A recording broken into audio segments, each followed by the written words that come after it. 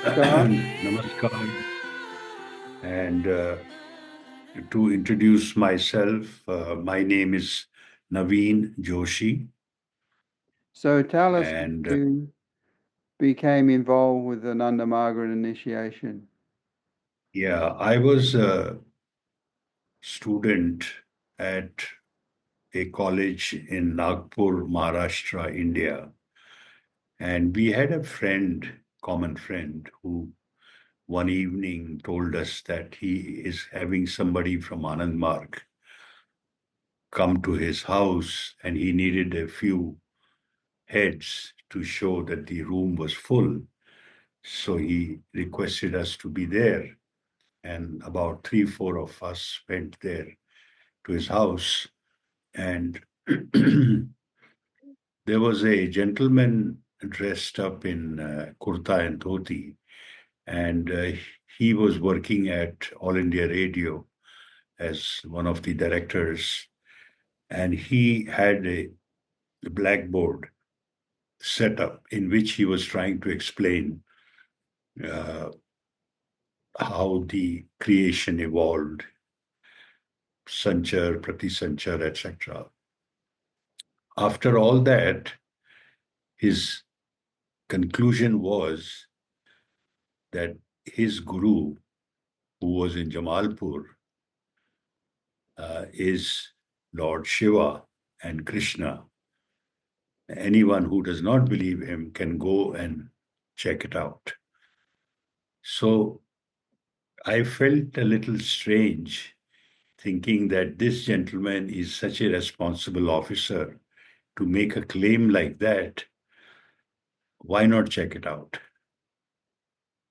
So I asked him, I said, what do I do to get started in this? So he said, there will be an acharya coming in a few days. You go meet him, take initiation, practice for about 6 months, and then go to Jamalpur, where Baba is, and have his darshan.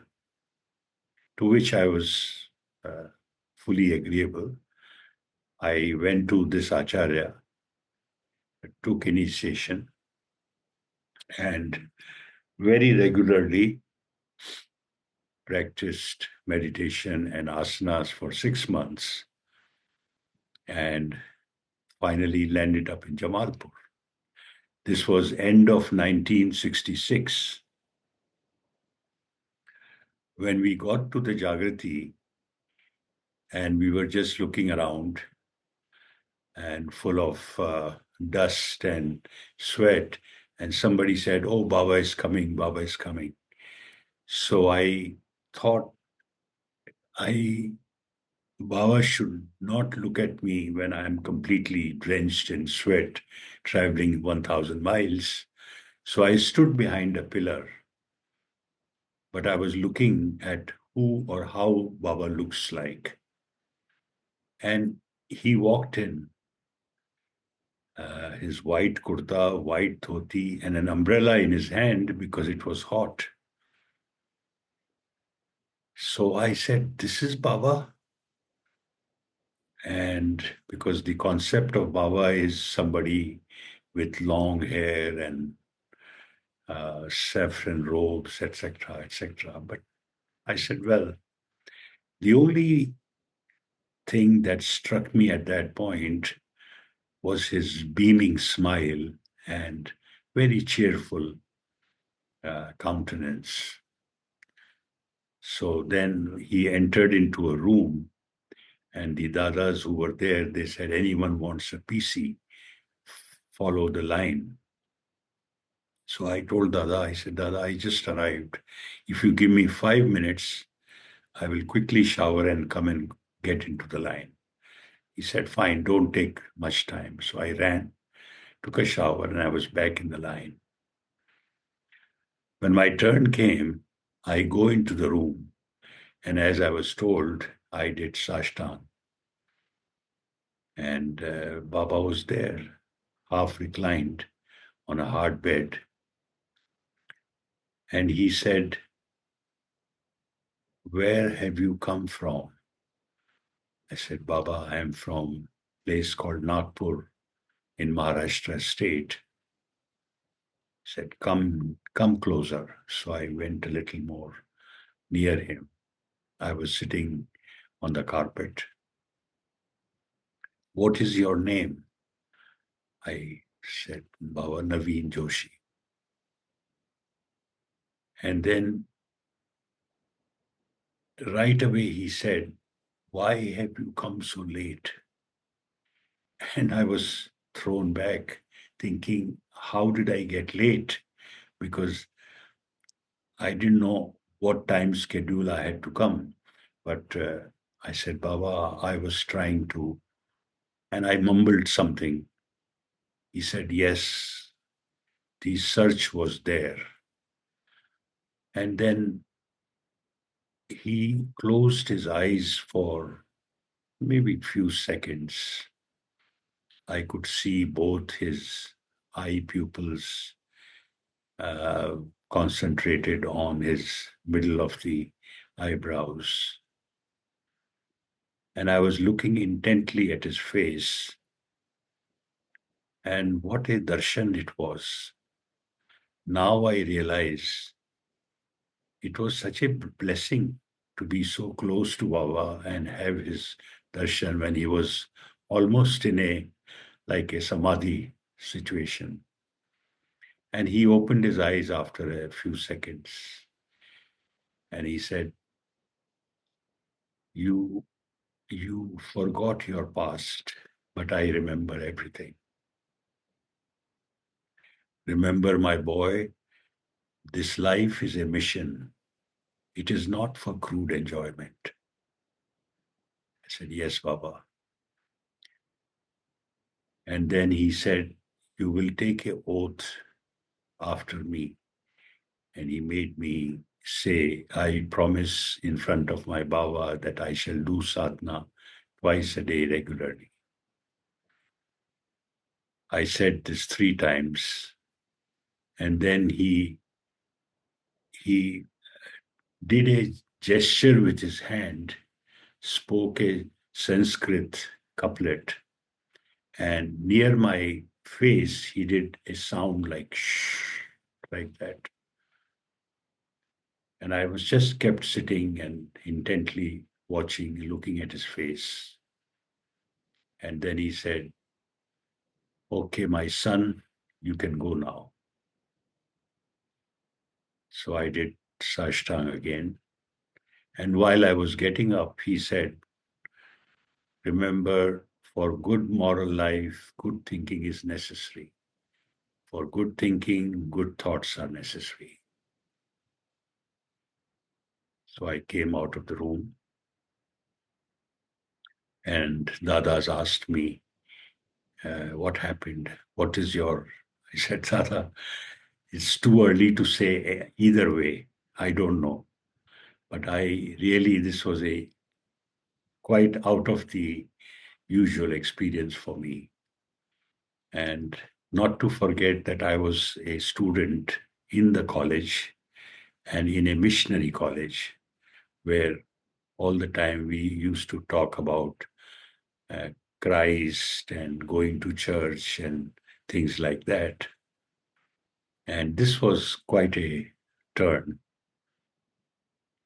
And after that, I went to a separate room and I was just thinking of what had happened when somebody said, oh, Baba is going to call everybody for a group meeting. So come to the room. So we all rushed to the room. We were like 20 people sitting on the carpet. And Baba addressed the little group in pure English.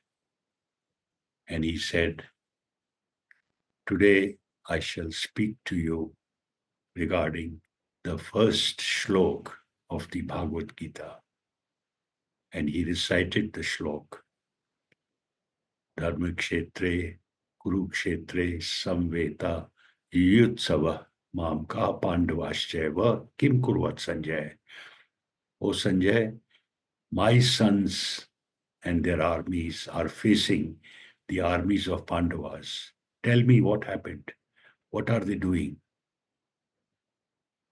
And then Baba went on to explain that human mind has 50 propensities, and external and internal makes it 100, acting in 10 different directions: east, west, north, south, and the sub directions, making it 1,000 propensities. And Pandavas were the chakras in the human body. And there is always a struggle going on between them. And the Sahasrar is Krishna. So this tug of war, meaning pulling from two sides, and he explained by showing his hand. He says tug of war means pulling thing in opposite directions. So that is always going on. And the victory of Pandavas is the merger into Lord Krishna. And after that, Baba got up to leave. We all stood up, did sashtang, some did namaskar. He went out.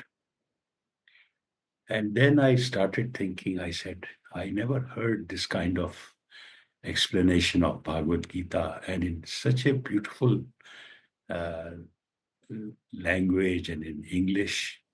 I was expecting somebody to talk in our own native language, but Baba's English was really very nice.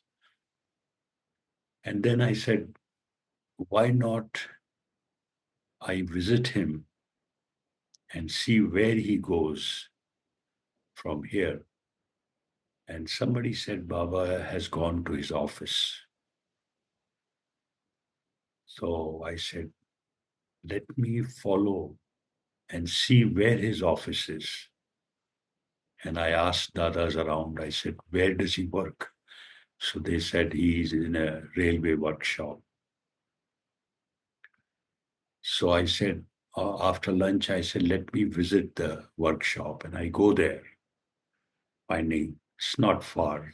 Jamalpur is a small town. And I see a big iron gate. And there is a guard outside. So I'm just thinking, how do I get inside to see where Baba is? And just then a big truck arrives with some deliveries to make. And they open the gate for the truck. And right behind the truck, I walk into the workshop. The guard doesn't even see me going with the truck. And once I'm inside, I look at a couple of barracks, like army style barracks. I said, now how do I find him? So I entered the first barrack and I'm looking around. There are people sitting on the desks with chairs. And while I'm looking, suddenly I see Baba's face.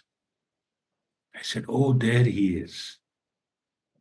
And he's looking directly at me. And I knew that we were not allowed to visit the Baba's office. So I quickly tried to pass and I took the exit on the other side. And before taking the exit, I turned around and looked at Baba just to have his darshan. And I see that he turned his chair and was looking at me. So again, I did namaskar and ran out from the workshop. And in the evening, again, the same thought came. I said, I have to find out where he lives. And how do I know? Nobody's going to tell me his house number or anything. I said, let me follow the path from where I saw him coming in the morning. And near the Jagrati, there was a little, a wall with a big opening through which people used to come and go.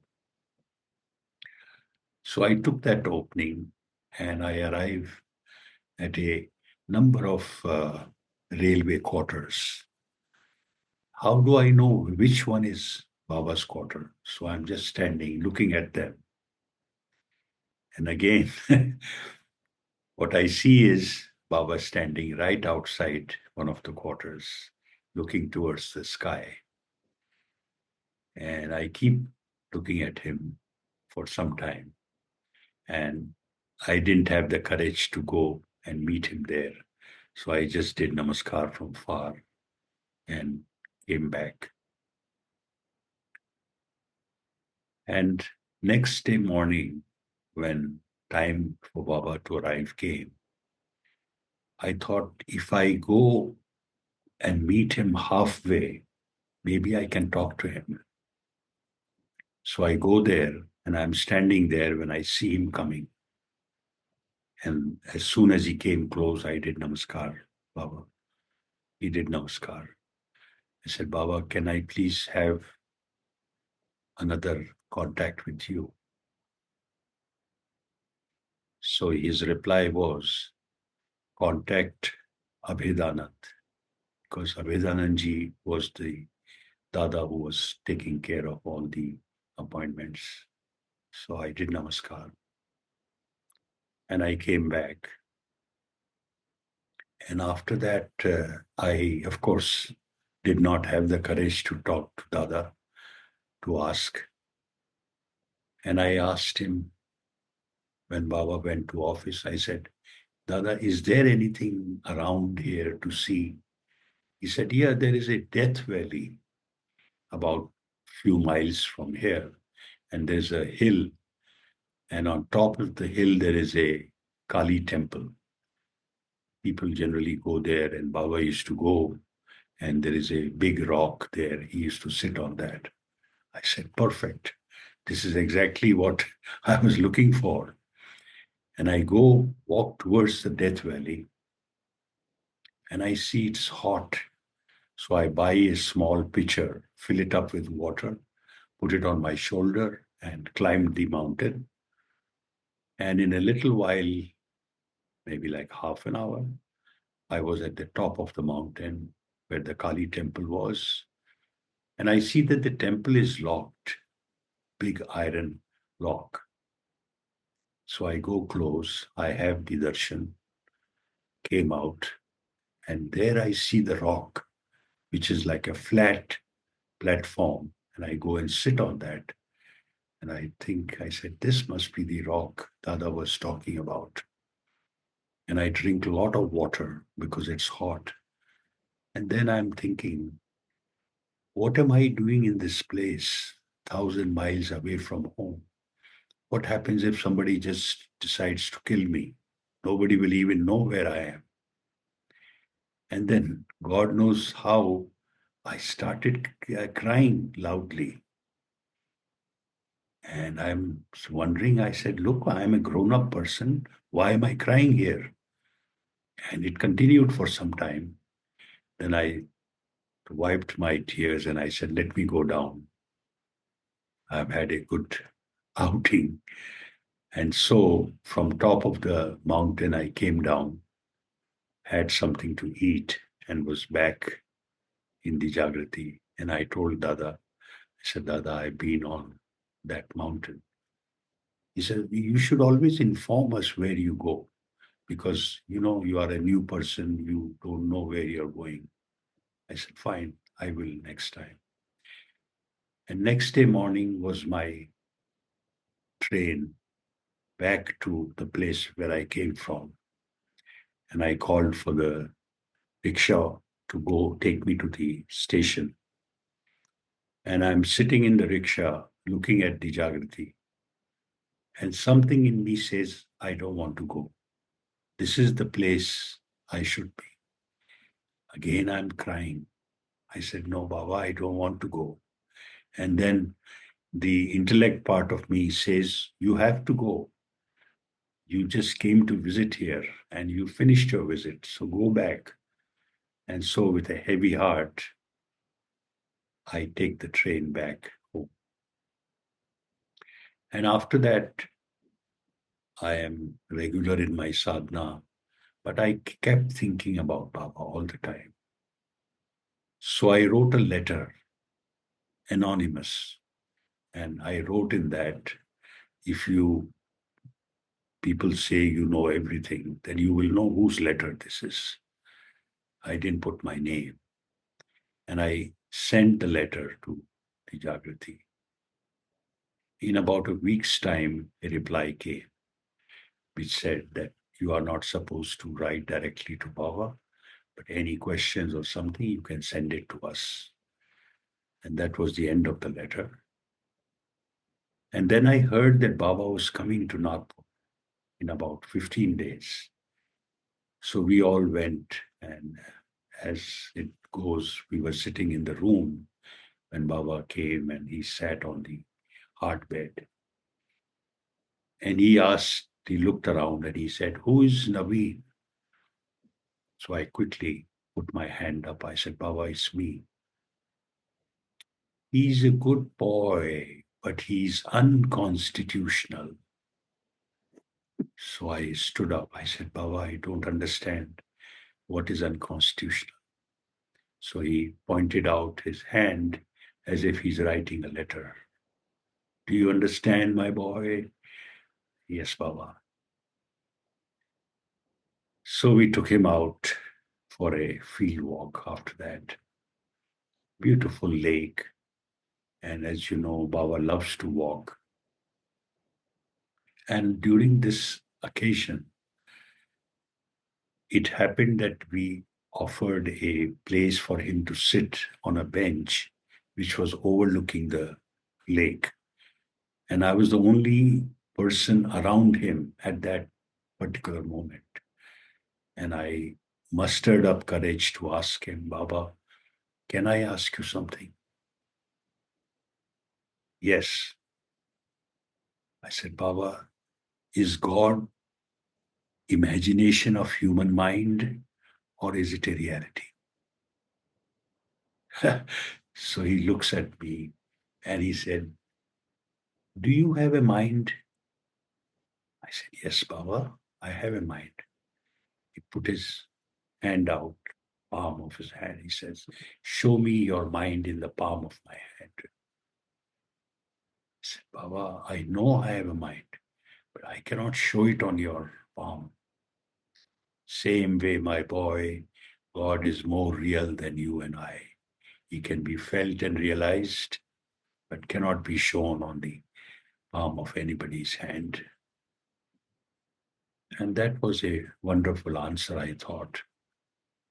But yes, it's a beautiful answer. Yeah, absolutely. So after that, somebody told us Baba's picture doesn't come. I said, "Why not we test it out?" So I had a neighbor who had a little camera with him. I told him, "See, our guru's picture never comes up." He said, "Oh, how can that be possible? I'll go with you. I'll take the picture." I said, "Okay." So this gentleman went with me in one of the field walks when Baba was walking. He said, "I'm not a Margii. I'll stand behind the bush, but I'll take the picture and you walk." I said, "Okay." So after Baba left, few days later, this gentleman shows up at my house and says, "Here, take a look at these pictures. They've all come very good and clear." All the pictures came out excellent. I said, "Yes, I see." He says, "Now, because all the pictures are clear, good, you have to stop doing your meditation. It has no meaning." I was too new to answer him. I said, "Yeah, I suppose you are right. I should stop doing meditation." And believe it or not, I stopped doing meditation. For 3, 4 days, I didn't meditate. But I kept thinking, I said, why does all this happen? And then a thought came into my mind. I promised Baba that I will do sadhana twice a day.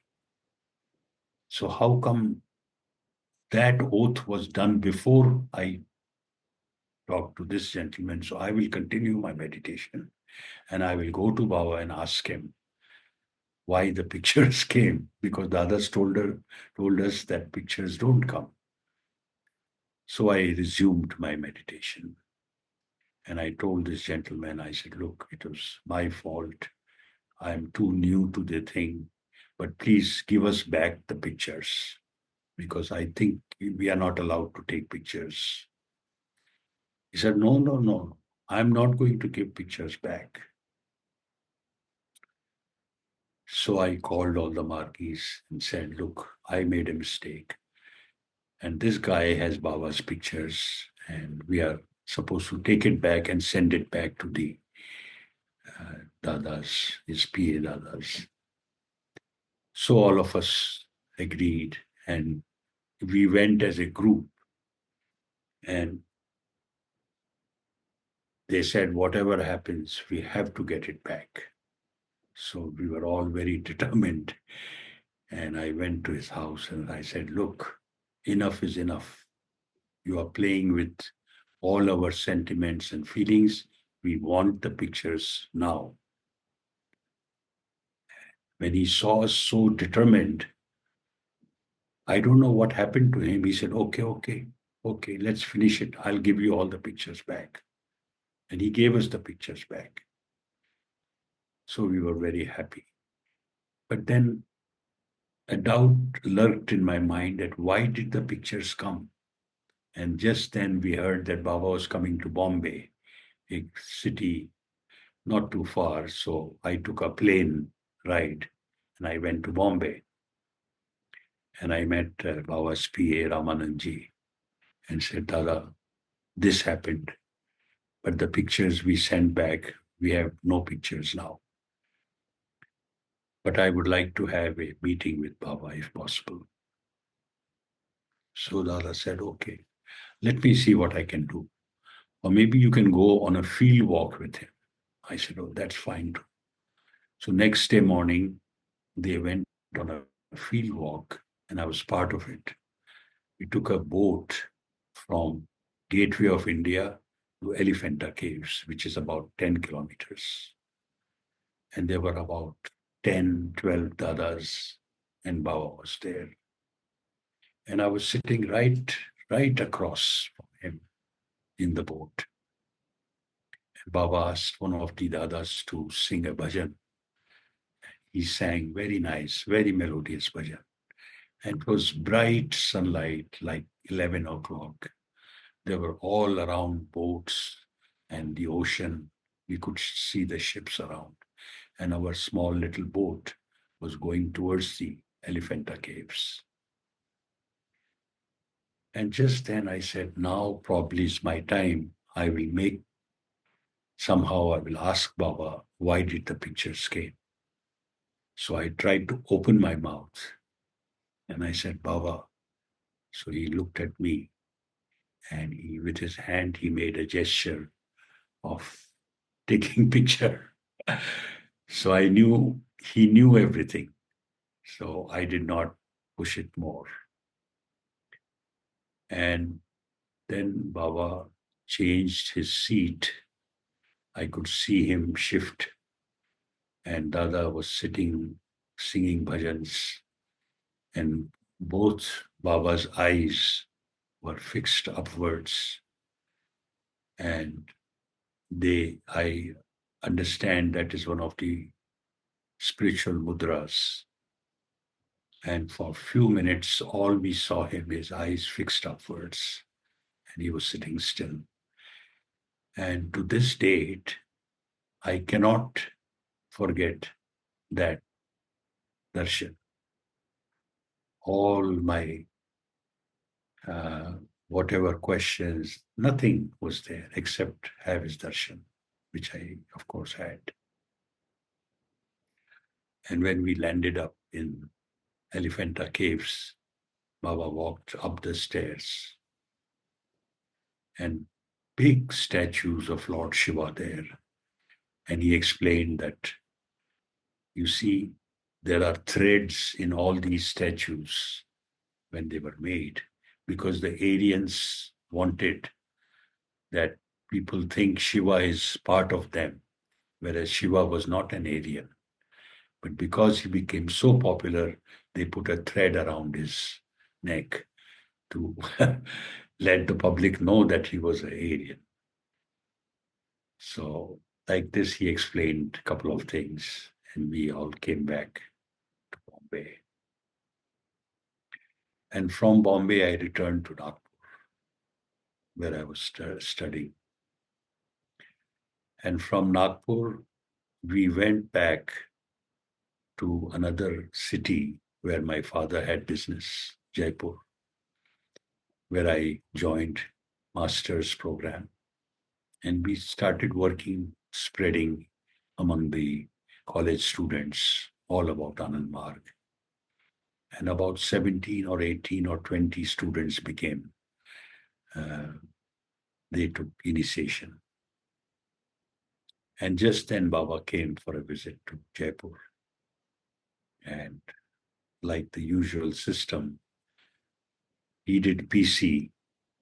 And in the PC, one of the students decided to become a whole timer. And without informing anyone, he was shipped to Banaras. And next day, when other students came to know that he wasn't there, they came to where Baba was staying in a big procession. And there were 2, 3 professors also. And they said, we want to look at the house, our boy is here, and we want to look for him, etc. And so Dada said, let them have a look, but only those people will go inside who are already initiated and have Baba's darshan. And so they went around. There was nobody, of course. And so we decided that Baba will be boarding a train, not from this station, but from the next station, so that there is no commotion or any trouble. So we drove him about 50, 60 miles, station called Pudera Junction. And there Baba reached, he freshened himself up, and evening walk, he went out. And during the evening walk, again, I folded my hands and I said, Baba, can I please ask you something? He said, yes. I said, Baba, in these scriptures we read that when somebody needs God's help, they get it. Is that true? Or is it just made up stories? He said, look, suppose there is a beggar sitting under a tree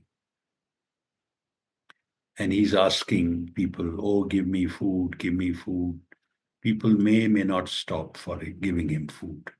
But suppose he has no hands, no feet, and now he's asking, somebody please feed me, somebody feed me.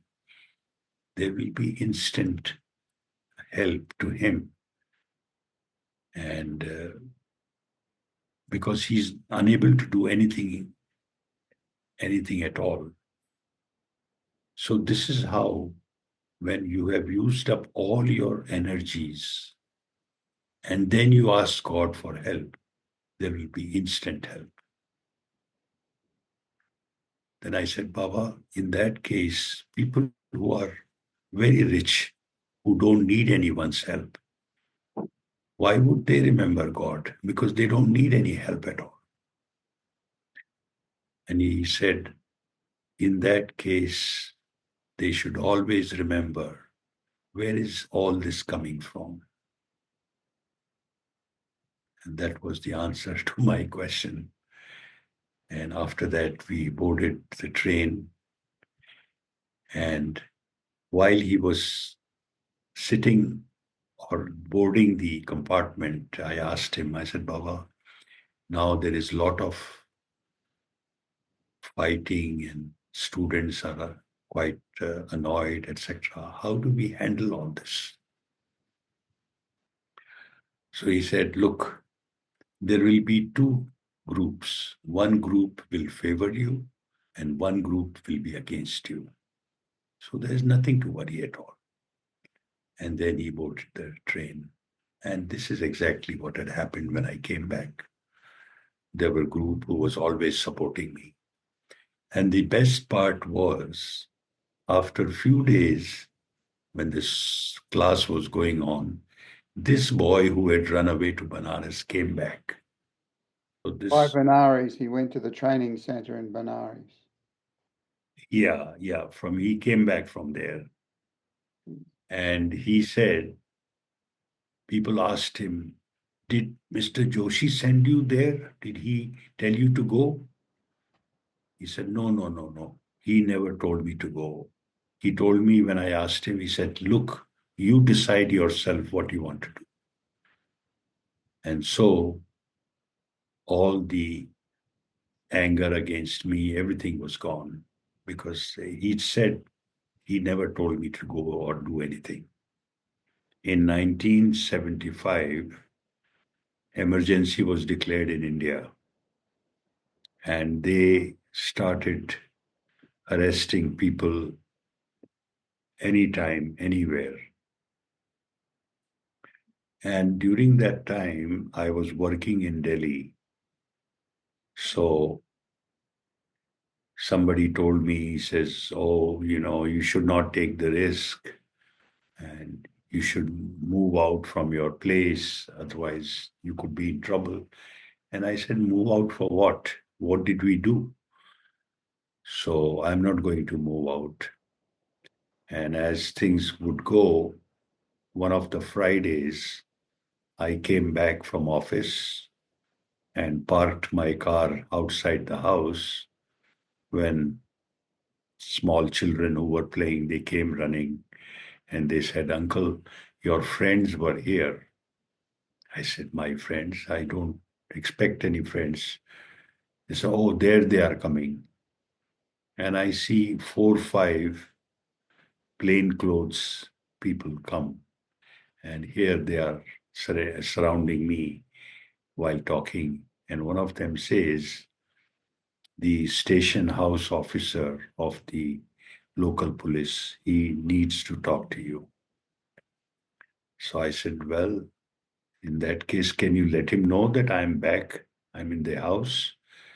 He said, no, no. He said, you have to come and talk to him in the police station. I said, okay, let's go. And I start my car. I ask them to sit in the car and we go to the police station. And the guy was very cordial and he offered a cup of tea and he explained me that, look, I'm only doing my job. But this afternoon, I got a wireless message that you should be detained and moved to Tihar jail. I said, Tihar jail? For what? Well, they didn't specify anything. They will let you know when you are there. Well, I said, okay. So they put me in a jeep and they take me to Tihar jail.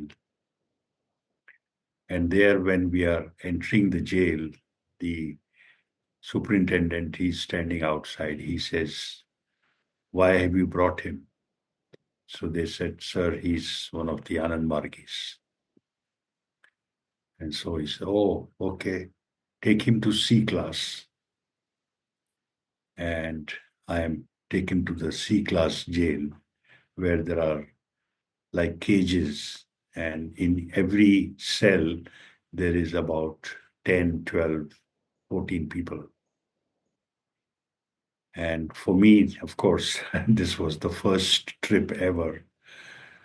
So when I get to the cell where they were planning to keep me, I see a lot of dadas in the cell. And dadas had washed the cell with water. It was all clean. And they had put blankets for. And when I got a rousing welcome, oh, good, good, you are also here. So we were about 10 or 12 people in the cell. And many times we were singing kirtan, doing meditation. And when they would sing kirtan, the other cell inmates would also join them in singing kirtan. And the cell would be opened only one time during the morning hours, like 6 a.m. to 8 a.m. Rest of the time we were supposed to be inside the cell. So while we were in the cell, one of the dadas said, "Don't you have a job?" I said, "Yes, Dada, I have a job." He says, "Are you not graduate?" I said, "Yes, I am graduate." He said, "Then why are you in this class? You should write to the superintendent in the jail and say that you should be moved to a better class." So I said, "Okay." And as luck would have it, the superintendent was on his rounds and he stopped in front of our cell. And I said, "Excuse me, I would like to have a word with you." He said, "Yes, what is it?" I said, "Look, I am a graduate. I have a good job. Why am I being put in this C class place?" "Oh, okay. Give me a letter, 4-line letter saying that you are a graduate, etc." So I wrote it out, gave the letter. And in about 2 hours, I see one policeman come and calls out my name and says, "Come out. You are moving to B class from C class." So I said, "Okay." And I go to B class jail, which is like a big hall. Everybody's free to move around wherever. They could go out also. And the food quality was better. So we are all there. And just then I hear that somebody came to meet with me. So I go and the jail authorities allow me to meet. And who else but my father, who was totally shaken up because nobody in our family had been to a jail. So he said, "I'm trying my best to get you out, but what happened?" And I told him everything. I said, "Nothing happened. They just came and picked me up." He said, "All right, maybe I'll come back tomorrow." And the next day he did come and he had a release order with him. So I was able to come out and came back home. And people said either he knows somebody very high up or it is purely God's grace. Otherwise, nobody goes out of the jail so quickly. So in about 2.5 days, I was outside. And when we were boarding the taxi, one of the jail guys comes and says, "If you are going east, you tell the taxi guy to take you west because very soon they'll again arrest you." So we tell the taxi guy, I said, "Look, instead of going east, just go in the opposite direction." And so we did that and they couldn't get hold of us. So we were back in our house. And in the house, next day, I see the station house officer come in. And he was all apologetic. And he said, "Look, if this happens again, I'm going to come and inform you so that you can get away." I thanked him a lot. And that was a good experience for me. After a little while, maybe a few months, I heard the news that Baba was coming to Delhi because the emergency was over and everybody was coming out of the jail in different places.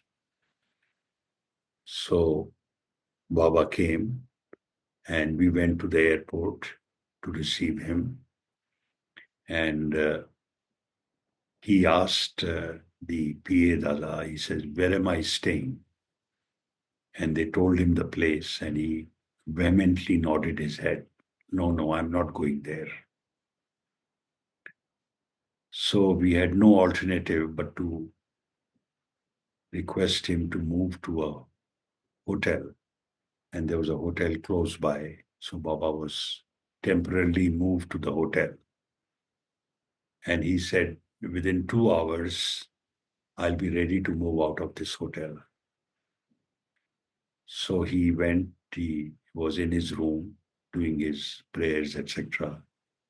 When the PA Dada came and he asked me, he said, "You also stay in Delhi, don't you?" I said, "Yes, Dada, I stay here."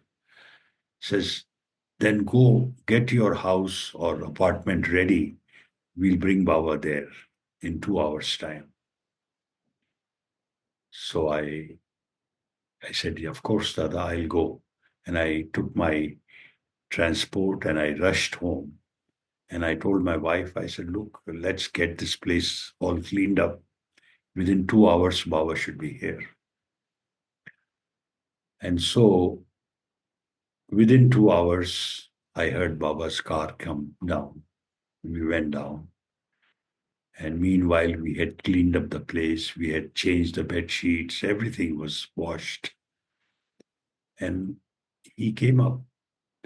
He didn't have to be told which room to go, where to go. He just went straight to the room where we had arranged. And Baba stayed, I think, the weekend. And when it was going to be Monday, we had found a rental house for him. And then Baba got up to leave. And his stay was very, very like homely, as if he was staying in the house. And when he was about to get up to go, I went into the room and I did namaskar and I was sitting on my knees.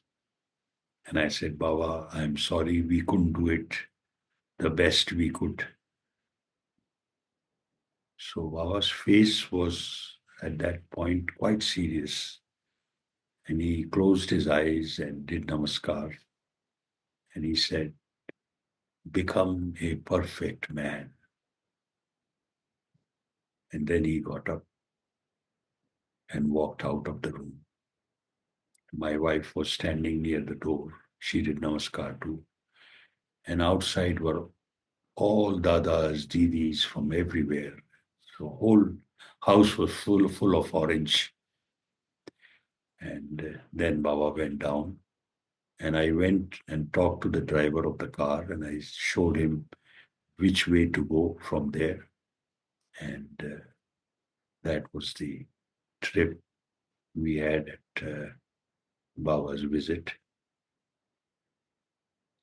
And in the new house where Baba went, it was a rental house, and we used to go every time there in the morning, in the evening. So we went in the morning, and he was getting ready for a field walk. And he went for a field walk and came back in half an hour. And we were all standing on the sides. And when Baba got down from the car and he was walking towards the house, one woman started crying loudly. Baba stopped where she was crying and he said, Mother, always look at the final target. Laksh, he used the word in Hindi, Laksh. And don't forget I am with you. And he walked away. So this lady, reason she was crying is she had just lost her husband, who was a very good devotee of Baba. So I saw firsthand the interaction, and it was very, very impressive to see him stop and assure her. I got an invitation to go to US because one of my sisters got married there and she had wanted us to come. So she sponsored us. And that time I found that my passport had already expired. And so I applied for renewal. And they sat on the passport for 2 months and they would not renew the passport. So I was talking to a Margii friend who was also a lawyer in the Supreme Court. He's now no more in his body.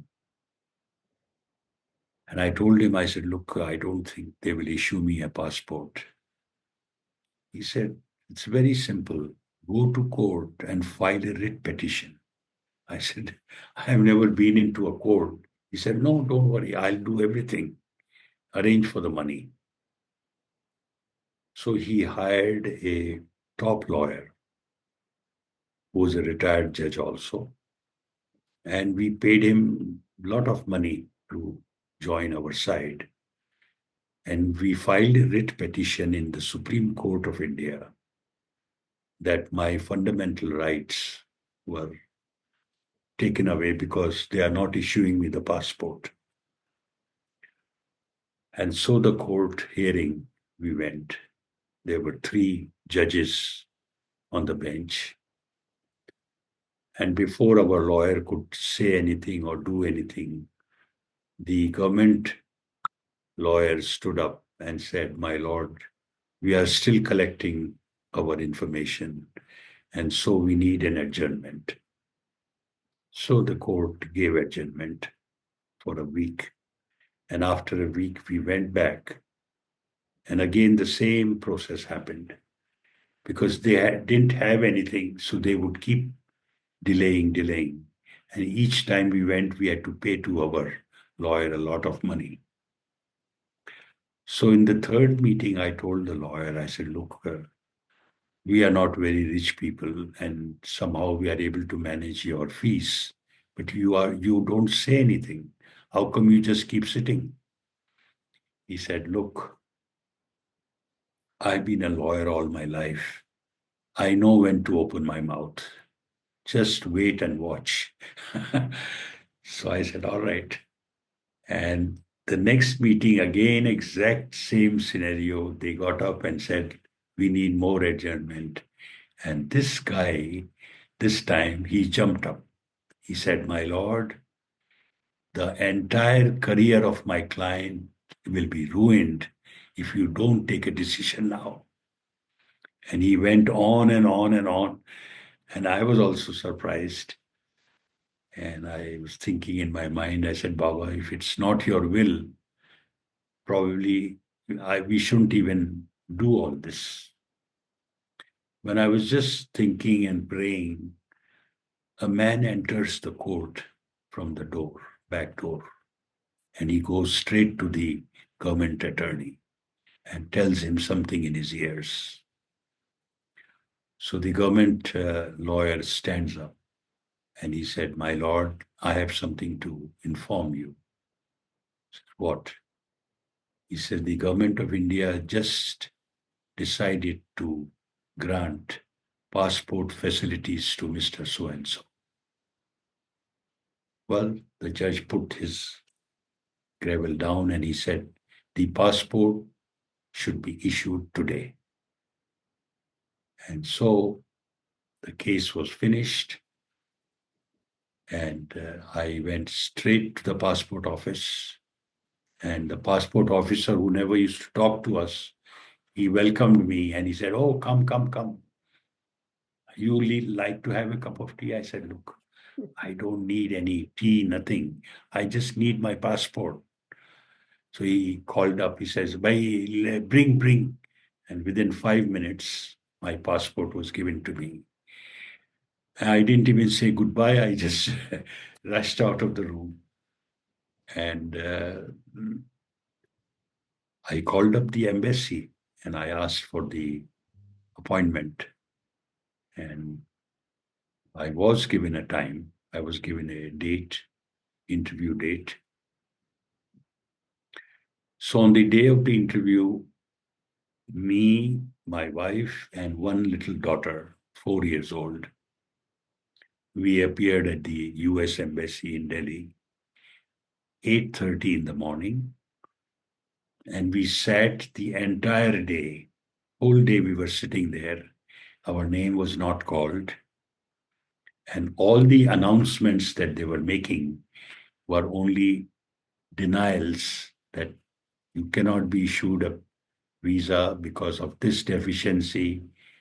Next, cannot be issued because of this deficiency. So around 4:35, I told my wife, I said, let's get up, let's go, because I don't think it's going to work here. While we were up and ready to leave, I heard my name announced, Mr. Joshi, show up on window number so and so. So I grabbed my daughter and my wife, and we go to that window. And we see a tall white counselor standing. And he said, I see in your application there are 3 people. Where is the third one? I see only 2 people. I said, she's standing right here if you look down. And the 4-year-old child was standing there, and he started smiling. And then he said, welcome to US, Mr. Joshi. Everything has been approved. So we were thrilled.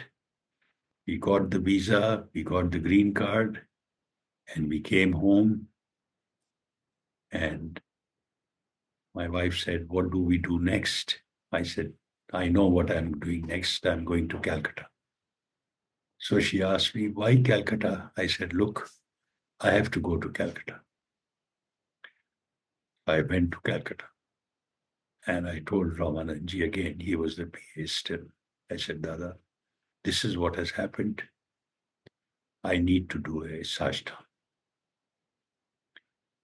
So he said, okay, evening when he goes on a field walk, you can be here and you do sajda. Baba is alone at that time. I said, okay. So I waited. As soon as he came out of the room, I did sajda. And he had his eyes closed, and he gave me a blessing in Bangla. And he knows I don't understand much of Bengali. But did I care? No, because all I wanted was his blessing. Whichever whichever language it comes, that's okay with me. And even if I didn't understand any language, that was still okay with me because I had his wonderful darshan. And so I came out. I was happy. Took my plane back to Delhi. And I told my wife, I said, now let's go. We booked our flights, went to the US, and stayed at an apartment my sister had kept for us. And there again, we didn't have a job. So I was looking around for a job. And after 2 months, 3 months, there was no job. I was still looking around.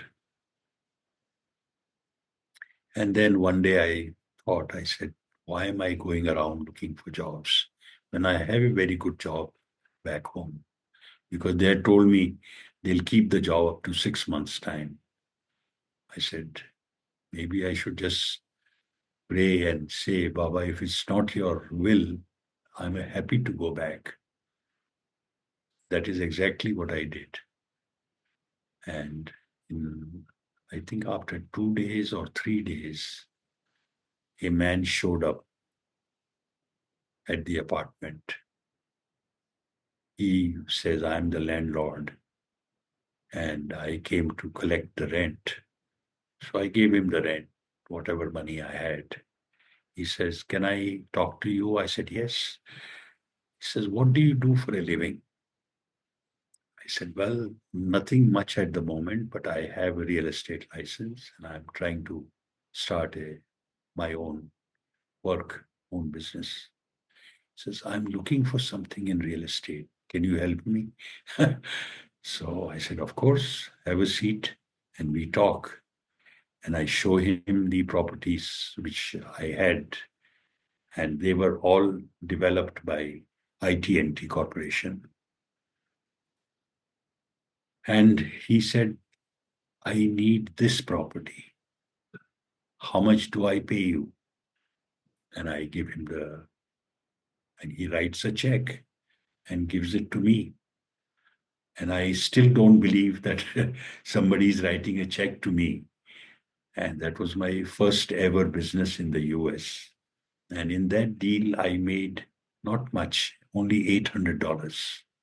But I was on top of the world thinking, oh, at least the ball has started rolling.